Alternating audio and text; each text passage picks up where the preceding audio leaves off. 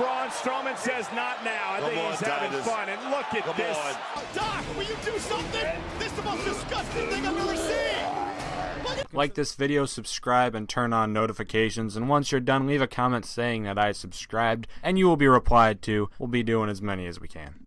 Professional wrestlers live difficult lives, okay? If you were told to run out in front of thousands of people and perform like a circus animal throwing your body all over the place, you might get a little bit upset as well, and sometimes that boils over into straight up anger. I'm D Wicket, and these are the 10 times wrestlers completely lost it live. Honorable mention goes out to Bret Hart. I can't put my finger on it, but I think he got screwed over one time. This set, he was spitting in the air, he was writing WCW, and you knew something big was going on. Wow, you talk about controversy.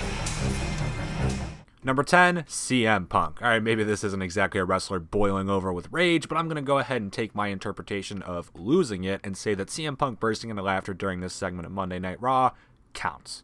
All former world champions still within the company came out to the ring for a weird little celebration that featured Stephanie McMahon claiming the epitome of a world champion was her husband, Triple H. Thankfully, this spawned an instantly classic moment as we see CM Punk in the background literally unable to contain his laughter because what a bold bullshit statement. The 13-time champion, the King of Kings, my husband, Triple H. Which is why... Number 9, Gail Kim. Have you ever gotten so frustrated at your computer not working that you just got up from your desk and walked out and quit your job? Gail Kim pretty much did exactly that, except instead of a faulty computer, she was upset at how poorly she was being used in the company she thought she loved, and during a battle royal, she decided to just call it quits and walked on out. She ended up leaving the company, and almost immediately before leaving the companies that actually valued her talents. And we've already had an elimination. Yeah, that was Melina who was eliminated, and I believe another elimination as well. Gail Kim, I think. Number 8, Randy Orton. You know something? The fact that Randy Orton is only on this list twice is baffling to me, considering he is very well known for his anger management issues. This was very evident when he was dropped on his neck during a big 5-on-5 match by Mr. Kennedy, and he immediately went into overreaction mode. While his on-screen temper might seem a bit tame, it's insane when you realize this simple little botch by Mr. Kennedy led to his termination from the WWE. Moment, don't want to get overconfident because something like that could happen. A back suplex. Orton feels that. Number 7, CM Punk, and he's back, and this time it's pretty much the entirety of 2011. Well, the pipe bomb specifically, but honestly, if you watch through Punk's promos of this era, especially on Triple H and management, he was always on the cusp of reality when he had a mic in his hand. It's pretty much the epitome of a promo though, so I'll specifically go over it. The pipe bomb. CM Punk seriously just took 7 minutes to completely run down the company, the fans, and the owners, and damn did he lose his shit during parts of this promo. I have a lot of things I want to get off my chest. There's one thing you're better at than I am, and that's kissing Vince McMahon's ass. I am the best on this microphone, in that ring, even at commentary. Nobody can touch me. You are just the biggest part of me leaving as anything else. 5 in the morning at the airport, you try to shove it in my face so you can get an autograph and try to sell it on eBay because you're too lazy to go get a real job.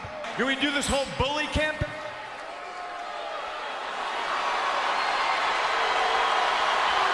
Number 6, Shawn Michaels. It's actually also impressive that Michaels only lands on this list twice too, considering the fact that he is widely accepted to be the biggest asshole of the entirety of the 1990s. In this match with Vader, Shawn goes for a jump off the ropes and he gets about halfway down before realizing something was completely wrong, and then he just started pissing himself, screaming at Vader to move, move, move! Again, I think Vader forgot to move. Well, you got the opportunity.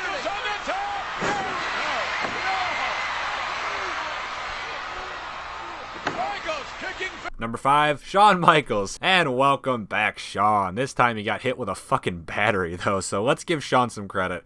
Okay, if you were in the ring with your buddies, DX, minding your own business, just trying to do your job, and you get hit in the fucking head with a battery, you would probably be a little bit upset too, right? Well, in one of the first ever instances of kayfabe breaking, Shawn basically said fuck it and fuck you, walked his way right on down the ramp and out of the arena for the night. Shawn got hit in the head with a battery, and Shawn left. We really didn't know what to do. Shawn was not in the right frame of mind. Number 4, Randy Orton. The Viper strikes again, and this time he strikes with an RKO to Kofi Kingston, in fact, who takes a very weird looking bump before Orton gets up and very noticeably loses his entire damn mind, going on a little rampage calling Kofi stupid over and over and over again. This was during Kofi's big push in 2009 too, probably at the peak of his entire career, and thanks to the simplest mistake, it was nearly all taken away from him, the poor bastard. Feeling it. Goes for the RKO. Connects. Kofi Kingston, jaw and face planted. Believe it.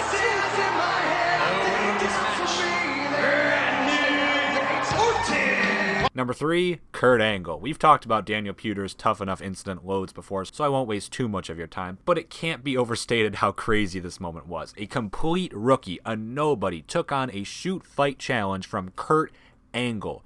I should not have to explain the lunacy of this moment. Well, once Kurt managed to wiggle his way into the bullshit pin, he went into a little miniature rage and completely lost his temper. And to be fair, if you just got upstaged by a nobody, would you not be upset too? Number 2, Vince McMahon. Vince McMahon losing his shit? Gasp. Unheard of. No fucking way. Well, not even a powerful moment like Daniel Bryan's retirement could keep Big Vinnie Mac away from the limelight of negativity, as he nearly fired Titus O'Neil mere minutes after Bryan's speech had ended. The story goes that both Stephanie and Vince McMahon were walking up the ramp, and Titus, he thought it would be courteous of Vince to allow his daughter to walk in front of Vince, so he grabbed his arm, tried to pull him back a little bit, and then Vince lost his collective shit for seemingly no real reason, throwing a little fit of rage and going into a backstage temper tantrum.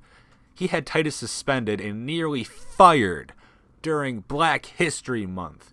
That's the father of the year. God Jesus damn. Good night, everybody.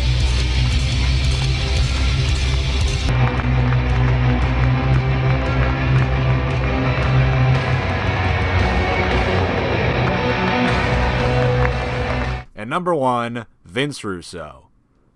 And Hulk Hogan. Bash at the Beach 2000 is such a fucking bizarre piece of pro wrestling history, and I seriously do not understand it. I'll be honest, I don't know what happened here.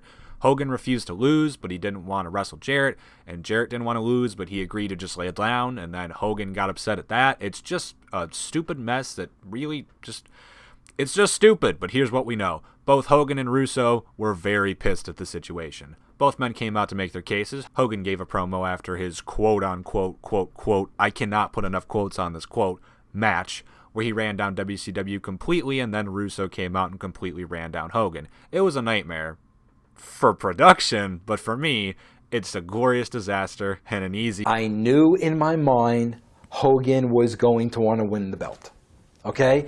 I don't care if he puts Jeff in the hospital. I don't care if Steiner does a run and he puts Scott in the hospital. I don't care. All I care about is he's not leaving with the belt. Hogan hates it. Okay, no problem. You're not winning the belt. Vince, you've got to go in the trailer and talk to Hogan. He's not going to do the match. I've got to go into the trailer and talk to Hogan, and I get the old, this doesn't work for me, brother. Booker is leaving the building tonight with the belt. That's not changing. The next thing I know, defamation of character lawsuit. He never knew I was going to cut the promo in the ring, and we're off to the races. Wow. Click like, subscribe, and comment down below what you'd like to see next. Thank you all for watching.